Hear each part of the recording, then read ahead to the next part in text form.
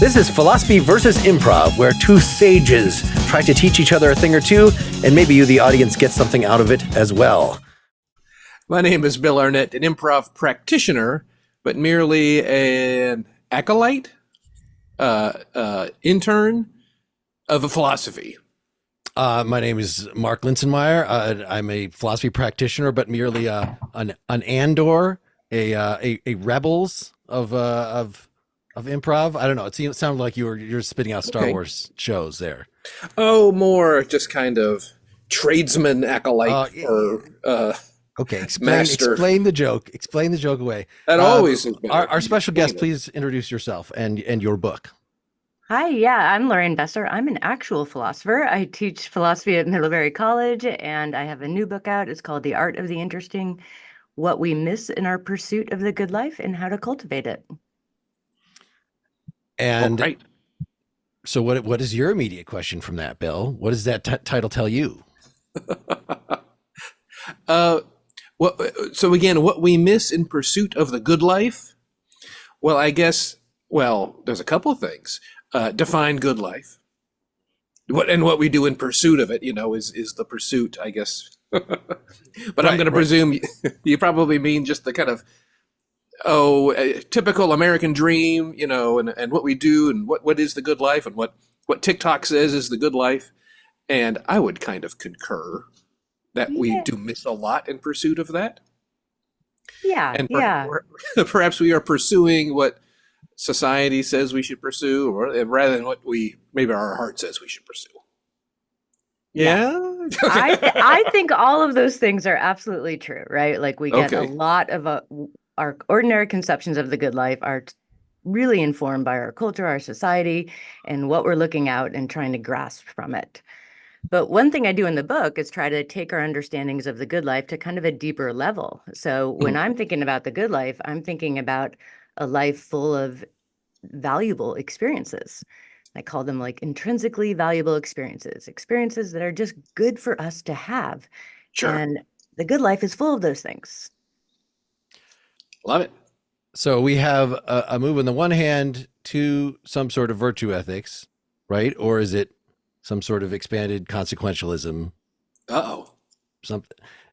In other words, like when I'm teaching, when I've taught ethics to introductory students, in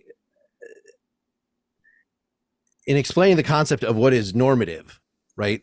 A normative claim is something that if it's true, it says what you should do or what should happen, what should be the case.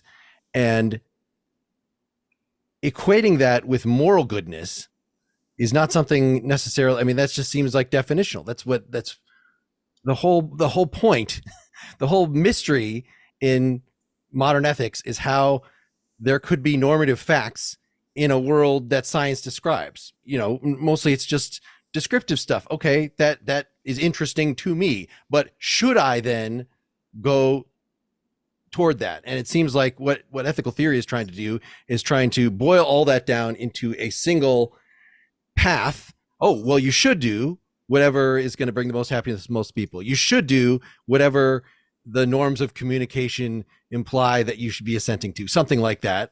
But people, if you explain, and this is what moral goodness is, but I think people normally have a much richer sense, closer to what you're arguing, of how the normative works. That, I know in this situation, this is what is morally good, but should I do it? The fact that that's a sensible question, right? Aren't there other norms? Like maybe it's, the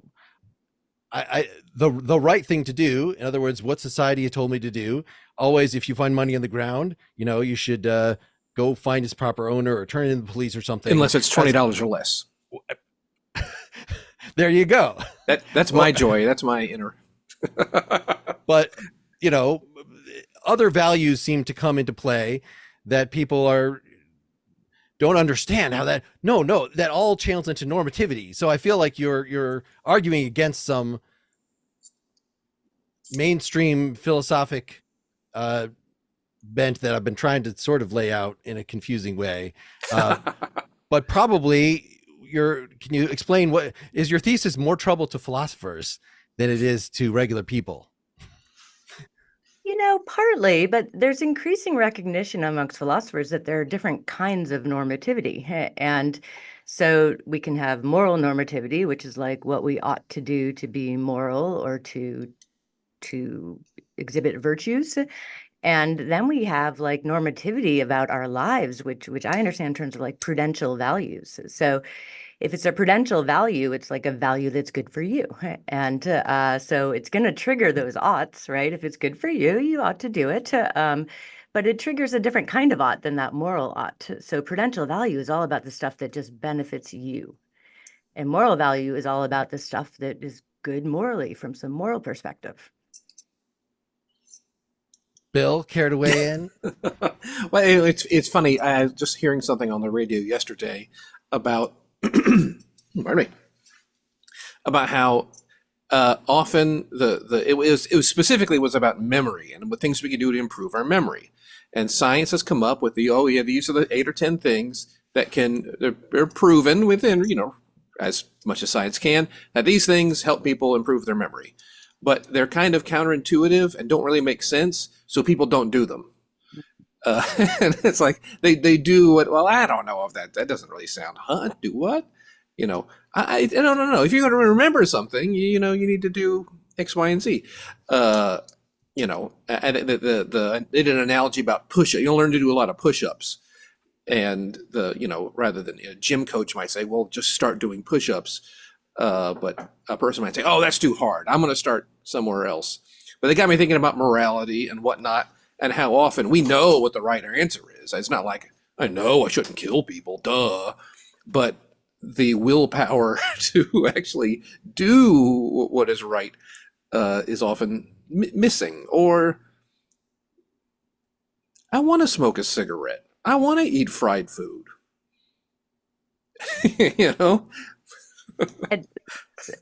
Absolutely. There are different ways, health is a great example of like another prudential value. If you want to be healthy, then these things are good for you. And I think that, what you're describing, this phenomenon of like knowing things are good for you versus like wanting to do them.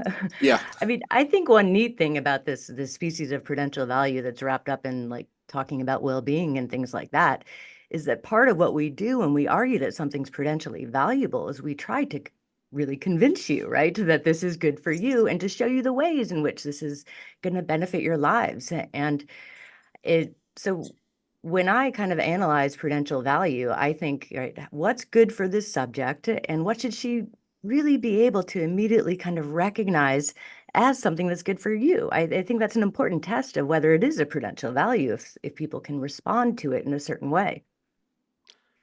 Let me be the dour Kantian for just one more minute before we dispel this character. That is, yes, prudential values. That's what, you non-philosophers might think that, oh, I should do this because I want to, because it's in my interest. But if you can't boil that down into well, it is appropriate for me to be pursuing my interest in this case, right? We all think it's probably morally permitted, if not even obligatory, to preserve your life, to preserve the things that are important to you to a point. If it is, I'm going to, oh, that looks really interesting over there. I'm gonna go study that thing while the drowning child is right there. Maybe there's something wrong there that, that we think the moralist is going to say all the prudential values are in the Kantian terms, hypothetical imperatives, right? If you have a particular desire, then you should do this. But what morality is actually supposed to do is something that is obligatory in all circumstances. So all the hypothetical ones are the best you could say for your hypothetical, you should always pursue, or you should in general pursue your own happiness, is to say, well, all of us happen to be in the circumstance that we are human beings with a certain teleology, with a certain good built into our structure. And so it is appropriate, in most circumstances at least, to go with that. But it's still ultimately, there should not be any fundamental conflicts between people, for instance, because the degree to which your self-interest is permissible is only to the degree that it is going to be at least able to be put in line with this overall imperative. Yeah, and I totally agree with that way of thinking about the role of like moral value with respect to this prudential value.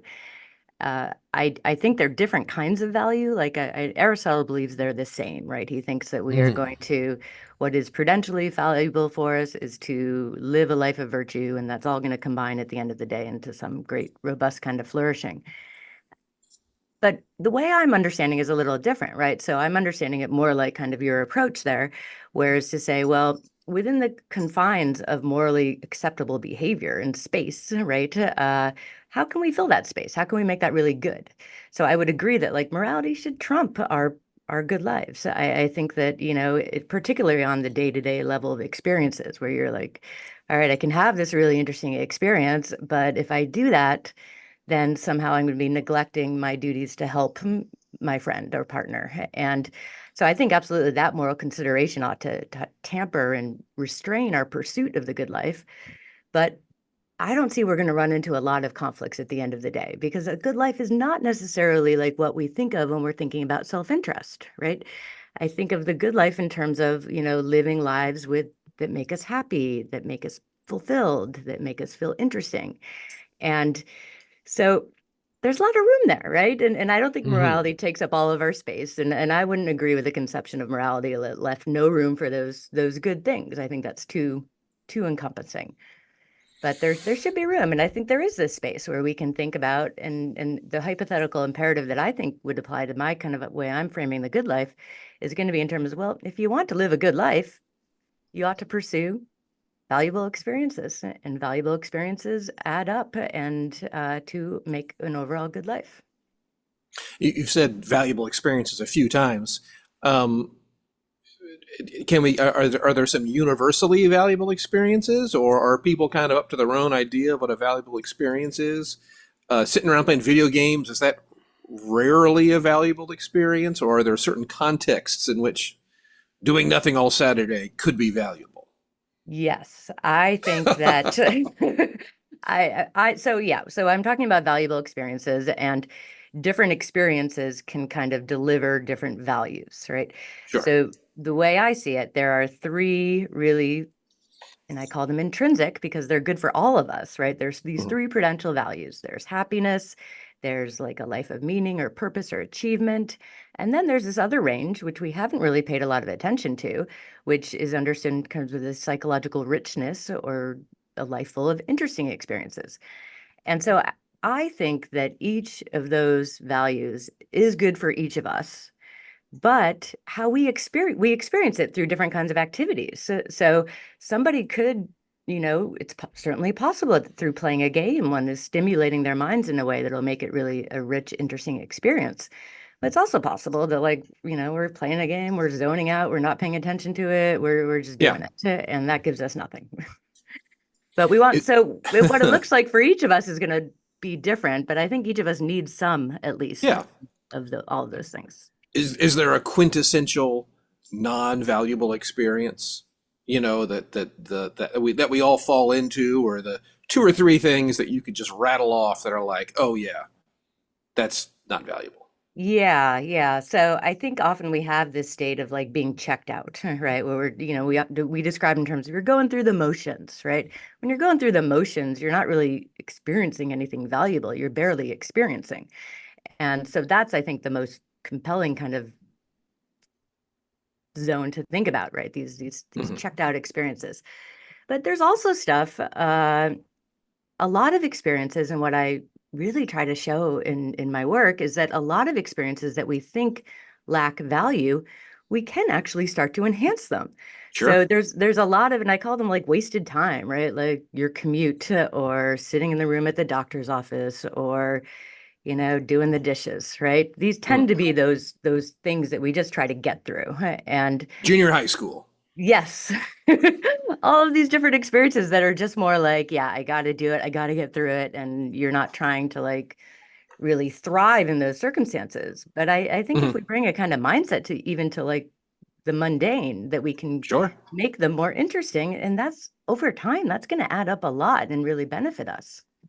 So only boring people are bored, being sort of a stupid way of summing that up, that you can in to an extent, maybe if you're pushing the rock up the hill day after day, you know, there's only so many rationalizations. There's just only so many reinterpretations of this experience that you can make this interesting. That when you were asking quintessential, not valuable experiences, Bill, I was thinking anything that is really repetitious that you just have to do or that you fall into. I mean, that's Sure. The video game seems like if it's a good game, sort of defines the interesting, might be a thing. But if it's, well, this is pretty much, you know, let me play the new Call of Duty. That's like pretty much, you know, then there might be something that is still distracting enough that you're doing it, or watching another show, another police procedural or whatever the thing. But are you really watching it for its intrinsic interest, or is it some mode that is a form of being checked out that you are entering into that is kind of comfortable? This is what I do every Thursday. Yes. I just fall into this habit, this pattern. Yep. Well, it's fun that you'd mentioned this. I am an improv instructor, and such a gigantic piece of improv, especially when I'm the teacher, is noticing what's going on, having an awareness as to what's happening, and acknowledging the simple realities around you. You're on stage, you're looking at your partner, you gotta say you're tired, you're happy, you're acknowledging their emotions, and all those little things I think go a zillion miles to building interpersonal connections, where you can't be going through the motions. You have to be aware and reacting to what someone else is doing. And it doesn't take much. There's no right or wrong reaction. There's no right or wrong thing. But the act of being available, in the same way if you're going out with your friends. Hey, going out for margaritas, and it's just everyone's fun, and it's been a long week for everybody at work. And it's just, we've all had those moments where just everybody feels alive, a bit more, and would those be valuable experiences where you're feeling alive versus going through the motions? Yes, absolutely. And Okay. I love the improv analogy. I think that's what we're talking about here, is like finding ways to engage that'll make our interactions more valuable. And I actually think that we can find ways to engage just within our own minds using those same steps, right? By noticing things around us, by opening our minds, giving it some space, we can create interesting experiences through engaging with our environment. And so if I were Sisyphus and I were pushing that rock up the time, Sisyphus is hard because he's like doing it forever and ever, right? But if I were Sisyphus, right, there are different ways, you could look at the different grains of sand on the thing. And, I think there's a lot of tricks we can play to just notice something. Notice something different and let our minds go. Yeah. I think we should move this conversation into the bar, as Bill had suggested. If you can start us off, Bill. Are you prepared? Sure. You knew this involved some actual improv, this podcast, Lorraine? Yes. I'm Okay, all right. well aware. I don't know if I'm ready, but I'm well aware of this. And have you ever been subjected to this before? Have you ever? Okay. In the classroom, we get, we have to improv a lot in the classroom, but you're certainly not in this context. Do you role play in the classroom? Do you? I do not. Well, sometimes I do, because I have to defend theories that I might not believe. So. Sure. There you go. And what have we said, Mark, from day one? We're always improvising. We're always already improvising. We've already been improvising this entire time. We've been portraying ourselves or something close to ourselves, but we didn't have what we're going to say. Awesome. And I do have a little bit of an improv lesson in mind. The cat's a baby out of the bag, but we can start this thing. Is that cool? Cat's a baby. Okay. The cat's out of the baby's out of the bag. The cat's out of the bag. The kitten's out of the bag. I enjoy your mixed metaphor. All right. Please. Now, Mark, did you want to go to the bar? Do you want to be having a good time here? I mean, the music is telling me that tonight is going to be a good night, a good night. It's telling me again and again, but I feel like we have been here before. Hey, everybody. I went ahead and just got a pitcher of margaritas. Hope that's okay. Yeah, I'm super excited to add some pleasure to my life. That's an interesting way of putting, your alcoholism. I mean, it seems we've. Is it okay, Bill, that we're she's. It was great. It's Friday. Yay! Okay, all right. Friday. It's cheat day. It's time to release. Even if you're in recovery, it's okay.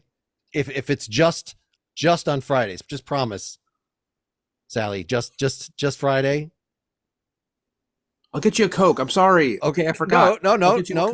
Let her have the margarita. So yeah, what are you trying to what's on your mind that you're trying to get some release from with this alcoholic escape? I have been spending all week stressing about all of my work obligations and sacrificing all of my moments to pursue this one project I had to get after. So I need to check out from that stuff. I need a release from that. That sounds reasonable. Yeah.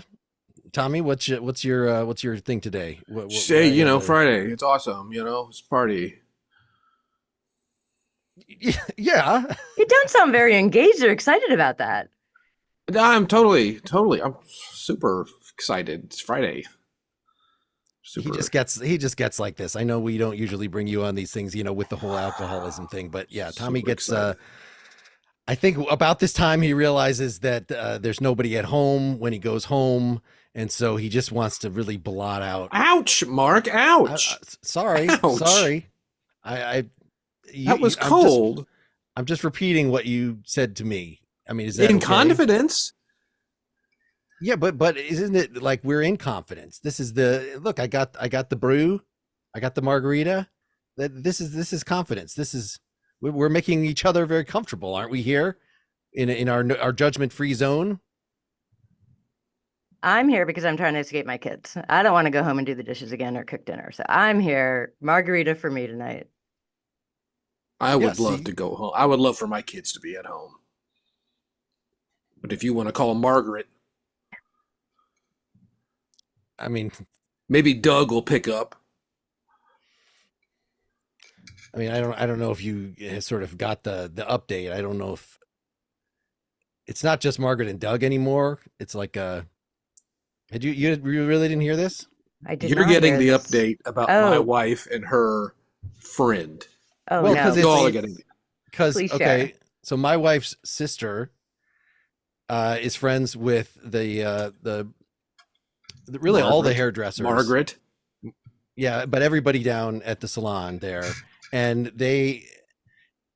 it's kind of like a throuple thing, or at least three. So it's you don't have to feel. I think you should look at this positively. Like it took more than one human being to fill your role.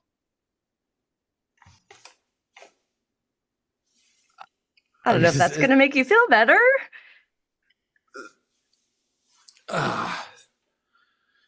Yeah, just drink some more. Just drink some more. Yeah, fair enough. So what is this project that you're escaping? Look, what project am I escaping? Sally, yes. Yeah. What was the project that you were putting all your energy toward?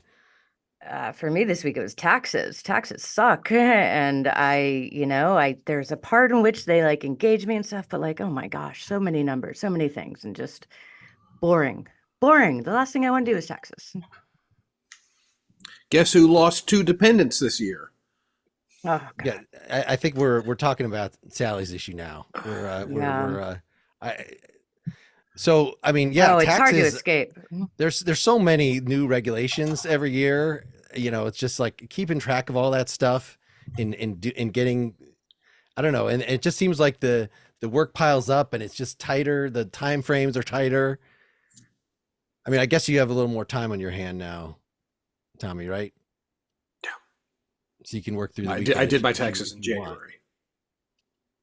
Yeah, so Tommy, can you just get at? Is it Tommy? Can you just get at what's going on here? I'm still. I'm sorry. Like, please share. There's something going on with you. I'm noticing something. There's like something. You're just. I'm just grouchy. I'm having a hard time not thinking about what's going on with me. Yeah. I mean, so apart can we from play a game? Would that help? Could we play a game? My children love games. Yes, we can play. Yes, we can play games. We can play an adult game. We can play a children game. Who cares? Okay, we can play a game. Let's play a game. What do you have in mind? Do it.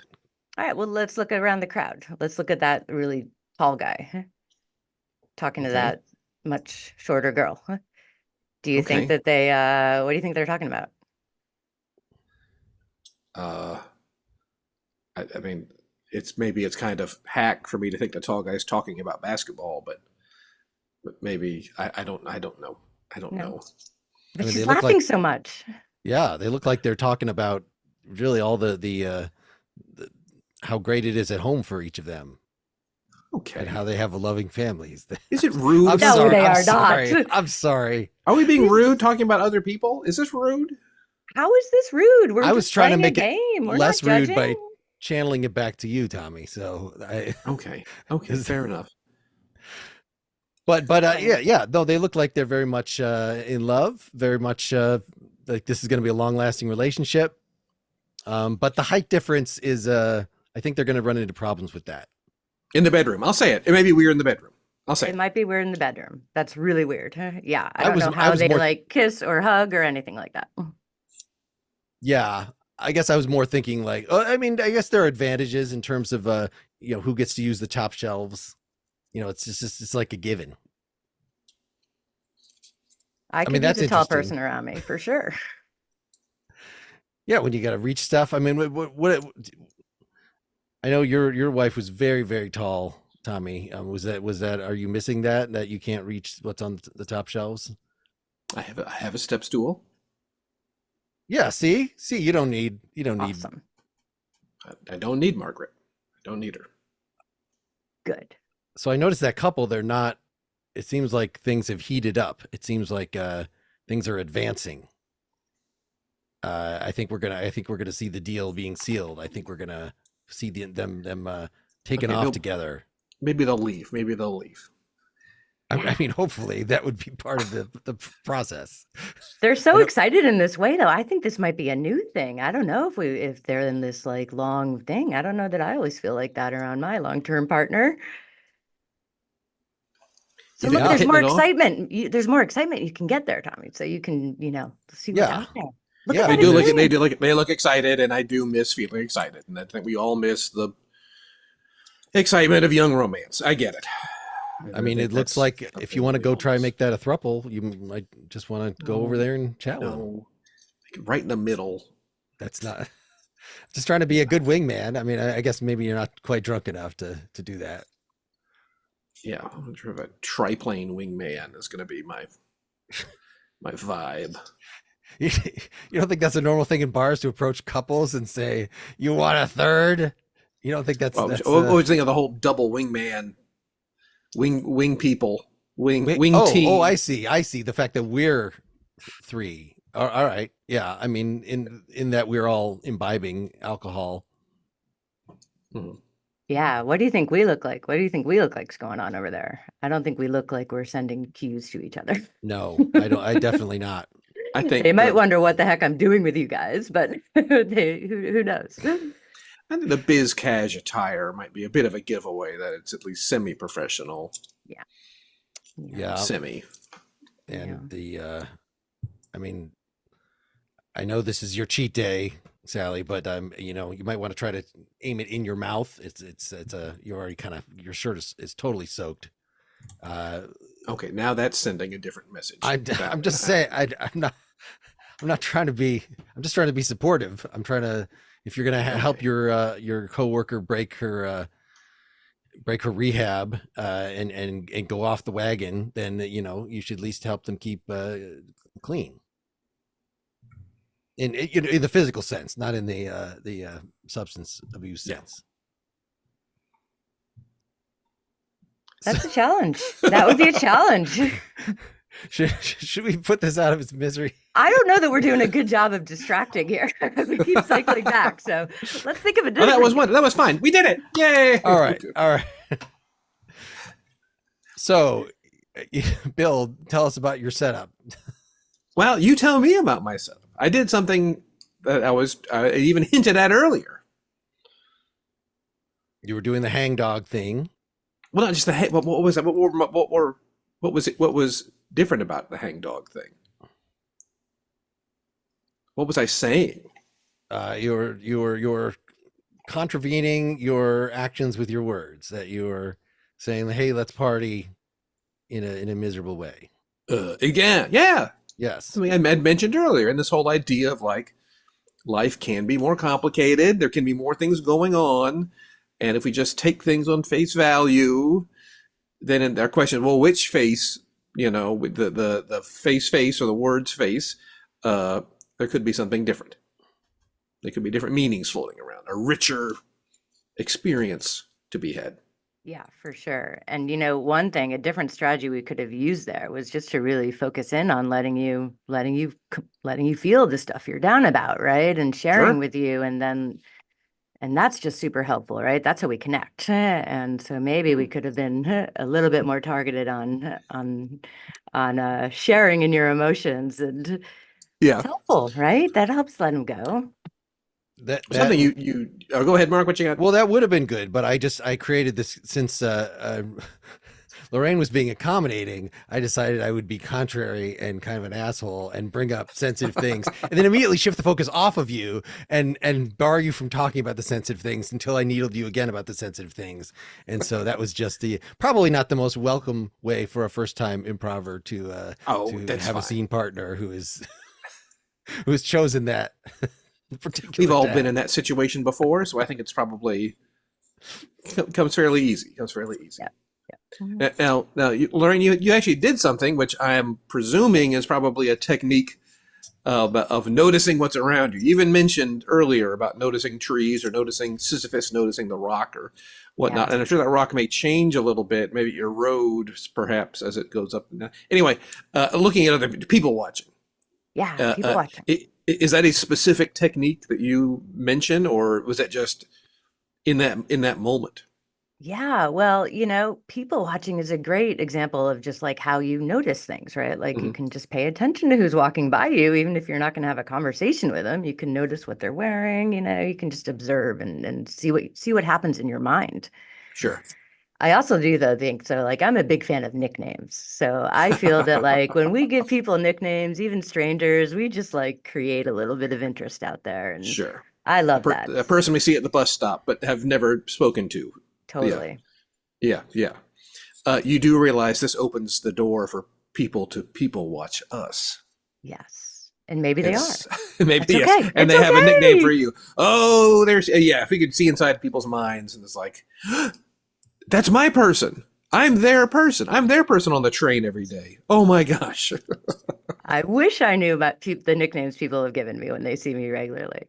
And I think oftentimes when we like do that, we think like we feel guilty, like we shouldn't be doing that, like it's bad to call someone tall guy, but like it's so harmless. It's so harmless. It's in your mind. You're not doing anything bad by just creating a name for someone and playing out a story. It's so harmless. Yeah. I'm thinking of all the times in which in ways of doing that in which it would not be harmless, but if you have good intentions, if you're gonna go to a bad place for that, then you're gonna go to a bad place whether or not you give them a nickname or not. Well, I would greatly prefer all criminals just do it in their mind than for real, I think. Yeah. They can be as nasty as they want to be. Yeah. It's interesting. Maybe play the criminal video game. Maybe this is sublimation. If I had to pick one, I would prefer for no one to have any criminal tendencies. That's preference one. Totally. Preference two.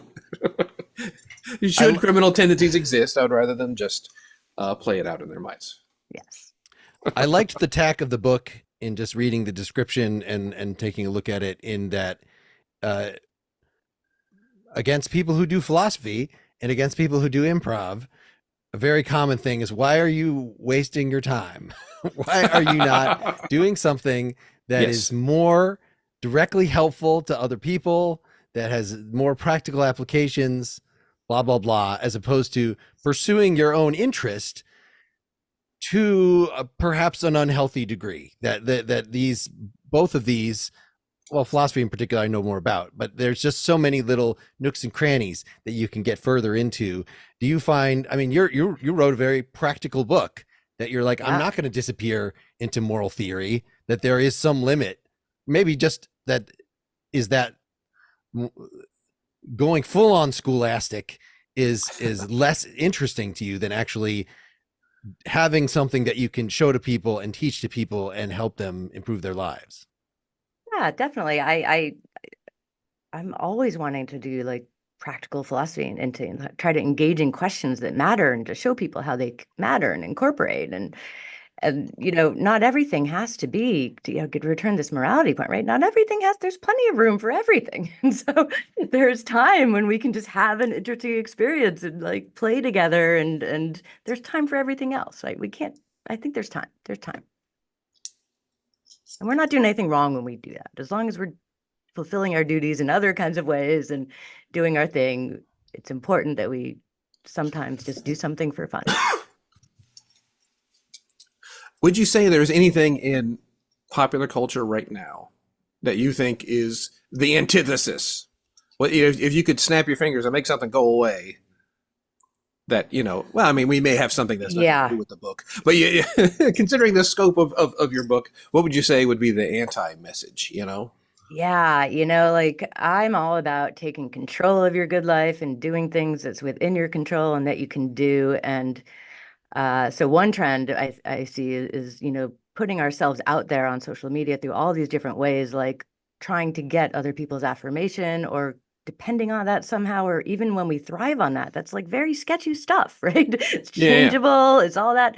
And so I think that like the more we look outside of ourselves for affirmation, particularly in that way, that we're just missing out. We're selling ourselves short. We can do more interesting things and try to pursue interesting, valuable experiences and other valuable experiences that don't depend so much on others. It's like a better shot. Sure. Would you say that pursuing, courting fame or courting recognition, even, what am I trying to say? That the pursuit itself is not as fulfilling, even if the end result isn't as fulfilling? Would you go that far? Yeah, I mean, if you're just pursuing like recognition, I'm not quite sure what that fulfills within you, right? I mean, we all have a need to belong and to be recognized for ourselves or something like that. But we can go way beyond that and to a point where we are just looking to other people and trying to put ourselves out there and get as many likes as possible, and that just becomes too much. And so I think that's kind of a dangerous way to go after living a good life, is to kind of pursue something, especially something so vulnerable as like getting other people's likes. I think doom scrolling, and so I've had like most people have been too politically aware. I've actually increased my my intake of various politics podcasts that have been sort of exploring different ones. And on the one hand, it is because it's interesting, because I'm hearing different perspectives, because I'm hearing more about more issues and the ins and outs of, how do conspiracy theories circulate, things like this. Well, a lot of it is the same, is boring in an important way. I mean, you can always fast forward and things, so these are not mutually exclusive. But yeah, it seems like there are, in most pursuits like this, the danger of seeping too far into the details, and it what was interesting becoming boring in not just a subjective way, but sort of a profound ontological way, if that makes sense. Is right there.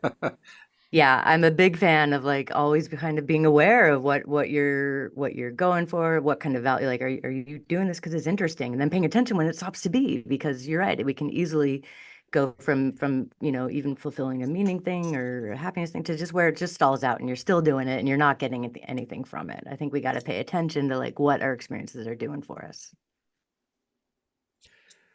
So is this an argument against, against a work ethic, against, the idea that doing anything well requires, right? If I'm going to be a really good guitarist and get those peak guitar experiences, there's probably a lot of boredom involved in that. There's a lot of training, right? Or a marathon runner or whatnot.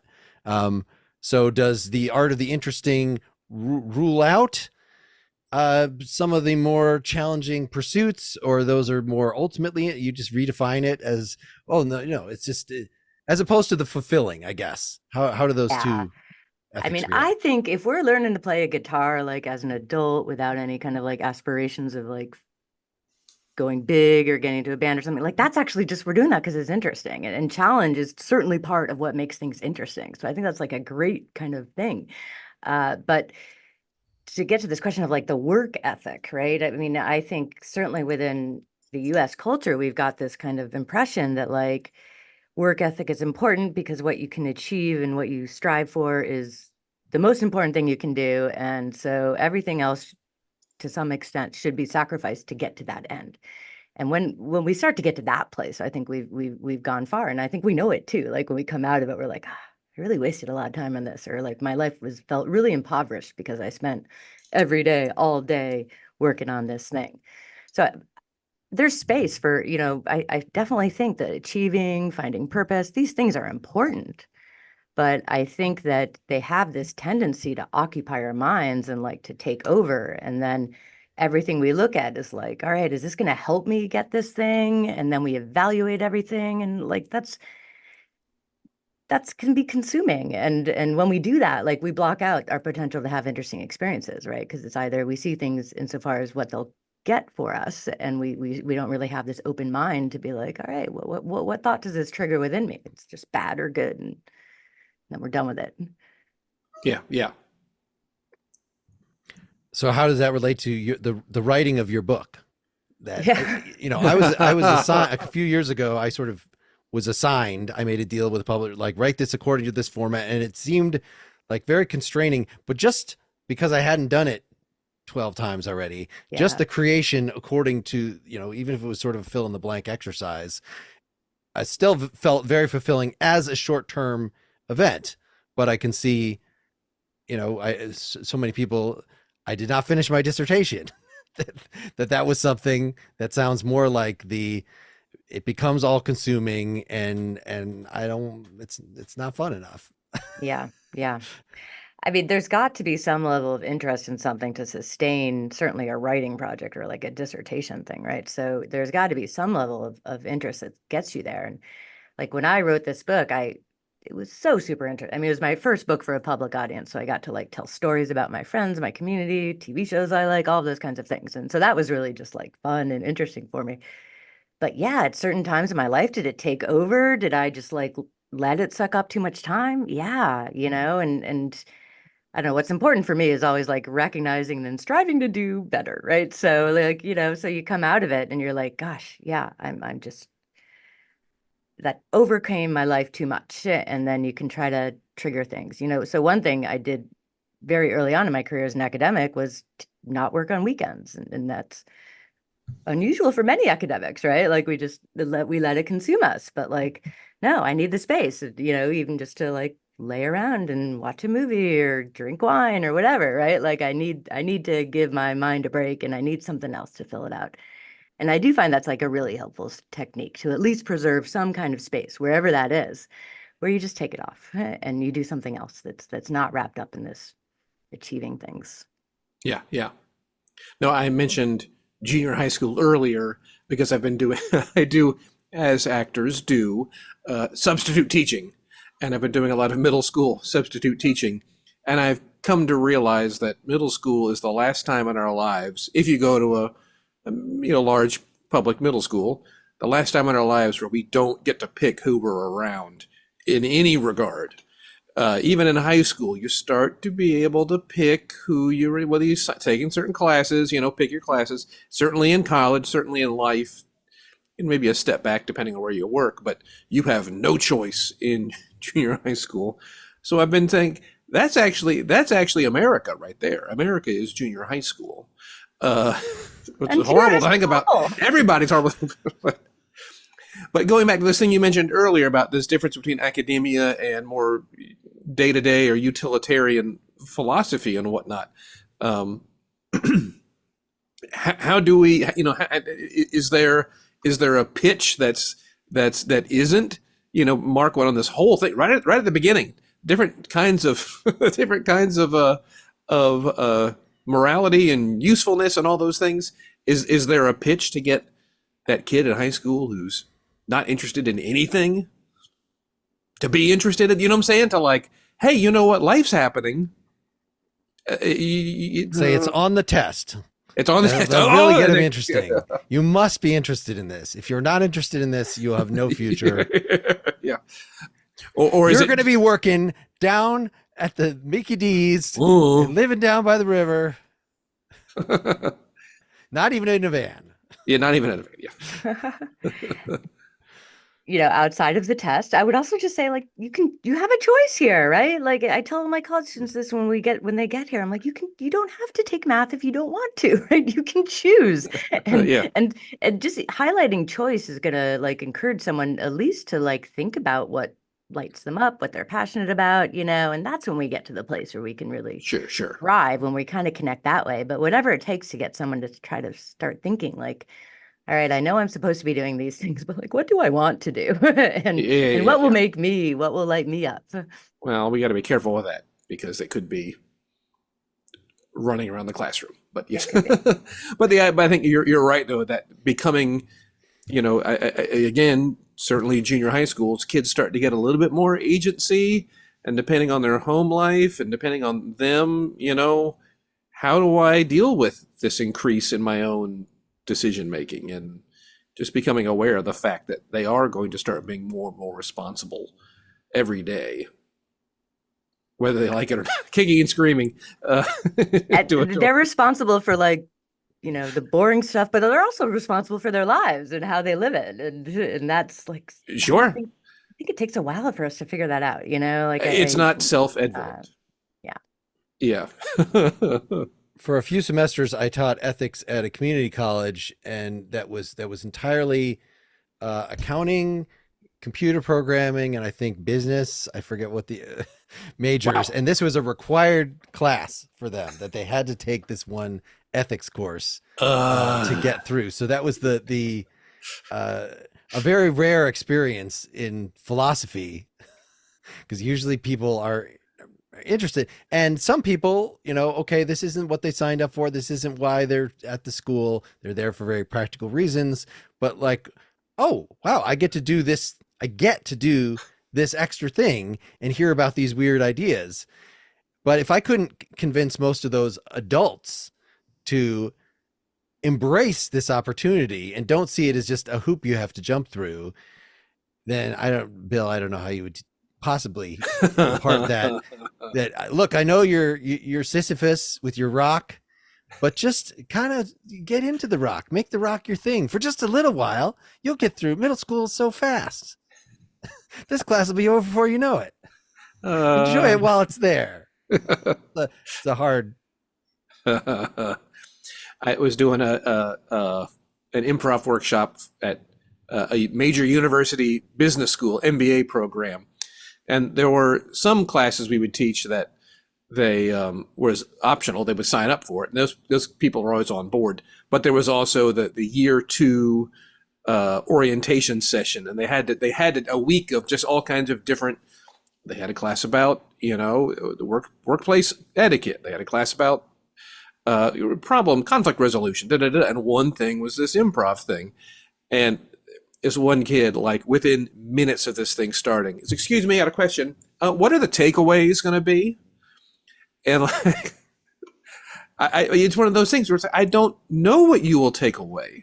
I don't. Why are we even thinking about what are the takeaways, especially in an experiential kind of thing? That I need you to experience this. I don't know what you will take away.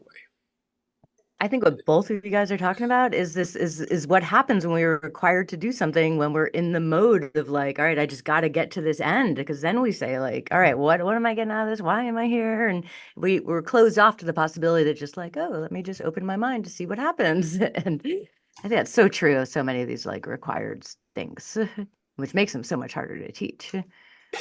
Yeah. No buy-in. Yeah. Stop and smell the entities. Not the flowers, because you already know what flowers smell like. Like, you don't want to stop all the time and smell, but there's just always going to be different things that are distractions that maybe you should pursue them because they're more interesting than the journey that you're on. Is that so it sounds like your book is a screed against the utilitarian minded Western purpose-driven culture or something like that of slow down, look all the directions. I don't know what have you not given about your elevator pitch yet for the book? I want to give you your opportunity. Well, I think it's more of a corrective, right? Like, because I don't deny that these things are important, but I am encouraging us all to like look at the role they play in our lives and see how it's going, and to really be like aware of what we're getting of our experiences, right? So it's not so much a a replacing or anything. It's just like kind of a corrective, right? Because I think we do put too much value on meaning. And then there's another whole camp which puts too much value on just like happiness. And I think both tend to get granted a bigger role than they can and should play in our lives. And so yeah, there's all this other space in between. And that's what I want everyone to kind of take away with, right? Like there's lots of room in your lives to have more valuable experiences. And there's lots of time and in which if you kind of wrap your head around what you're looking for and open your mind to it, that you can like make your life more interesting and suck up all of those moments that, are left short by happiness and meaning. Cool. Well, I feel like this overemphasis on happiness, we haven't really explored that. Is there a way that we can explore that from the inside by putting some characters that we become into a situation? Are you talking about improv, Mark? I'm talking about wrapping this up with a second with a little improv scene. We certainly can. I have an idea. Hey everybody, my name's Bill, and hi Bill. Hi. And I was happy this week. I'm sure I could have been happier, but I got home after work and I had done one of those all-day crockpot things, and it turned out pretty good. Would have been nice.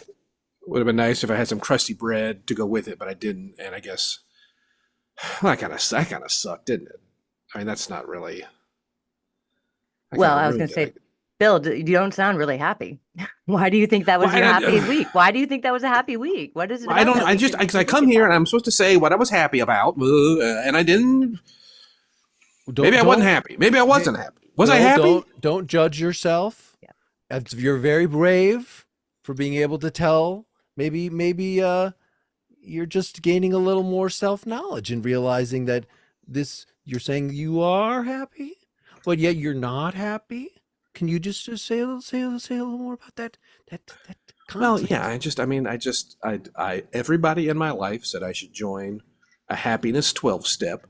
And here I am, and I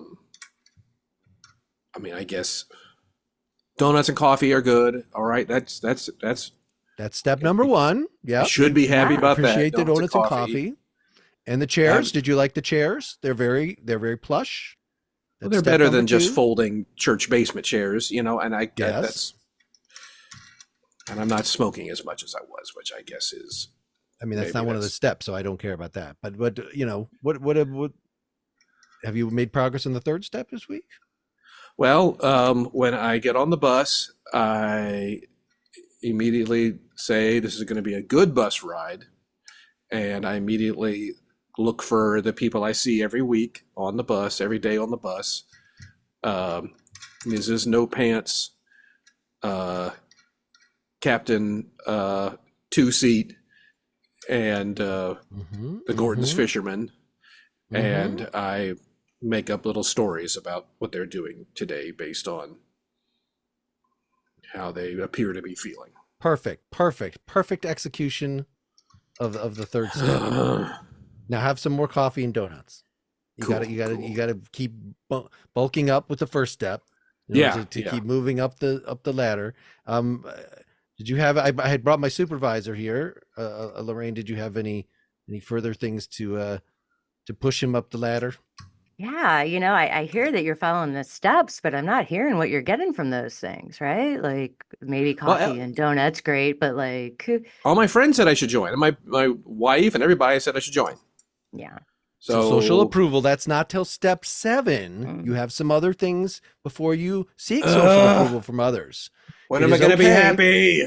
I mean, when am I you going have to be get happy? through all 12 steps. You don't get to be happy fully until you've gotten, and you do have to upgrade your membership. Did you bring your the check for that? I thought this was just a meeting. Okay, This okay, is okay. Maybe we're not ready for that step. That's step 10 is when you're gaining the ultraviolet stage.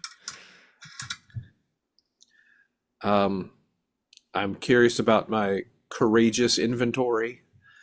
And I wasn't sure if I should mention everything that I felt guilty about or just the things I felt guilty about that may have gotten in my way of being happy. I mean, what do you think, Lorraine? Yeah, I mean, well, we can feel guilty about all kinds of things, and sometimes it's productive, but, like, sometimes it's not. And so I think that that's a really important message, though, right? These 12-step programs, like, who are they for? Do they know what makes me happy, right? Should I be happy because all of these other people find happiness in these things? Like, it's a really specific thing, and yeah. Like there was a guy who cut me off when I was trying to cross the street, and I got splashed, and I flicked him off and cursed him out. But then he rolled down the window and tried to curse me out, but ended up rear-ending a garbage truck. That sounds hilarious. Should I have been? I mean, should I feel guilty for being happy? Oh no! Oh no! His No. misfortune. That sounds really like they all worked out for you. I mean, okay, he started it. I mean, is that what we're? Seems kind of childish. I don't. Are we? Well, that's step number 5 is take what joy you can find in childish things. So if you need to, I mean, that goes with the nicknames and things, that if you need to, say, hurt a small animal or flick someone, just random little acts of cruelty, as long as that's pushing you up the ladder, then it'll I thought that was more like laughing at fart jokes. I thought that was what that. That's definitely involved. It's just okay. All right. The best kind of fart joke is when someone who clearly has some medical problems and looks very embarrassed about it, inadvertently lets one out, and then you point and you laugh. That can really make you feel like you're on a higher plane. Huh. Yeah, let me rein you guys in there because we're going down a bad path. Oh, I'm sorry. Maybe I'm. Yeah, I was confused as well. It's totally turn true. in your token, Mark. Turn in your token. It's totally true that things can make us happy at other people's expenses, right? But like, start from the very beginning, being like, well, there's kind of moral constraints, and if that's true about you, and especially if that guilt is coming up, then like, recognize the feeling of happiness, but like, try to get it elsewhere where it doesn't trigger these feelings, right? So all of our actions, I think, should be constrained by a certain level of morality, but that doesn't mean that we don't actually derive happiness from being immoral, but that just means that maybe we shouldn't do it that way.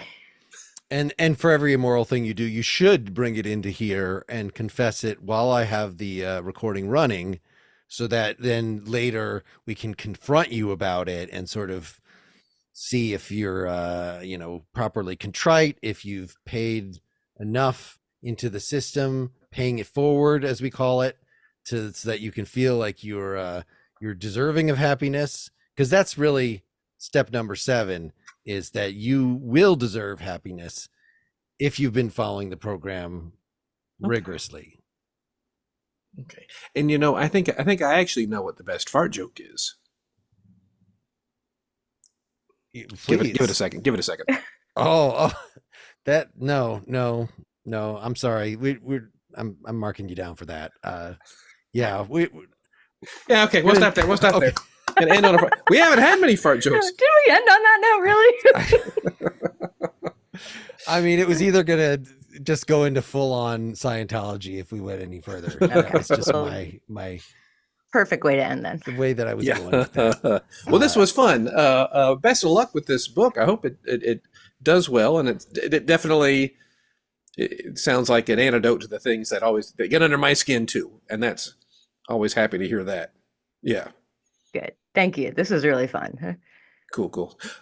Oh, Mark, we got to vote, don't we, Mark?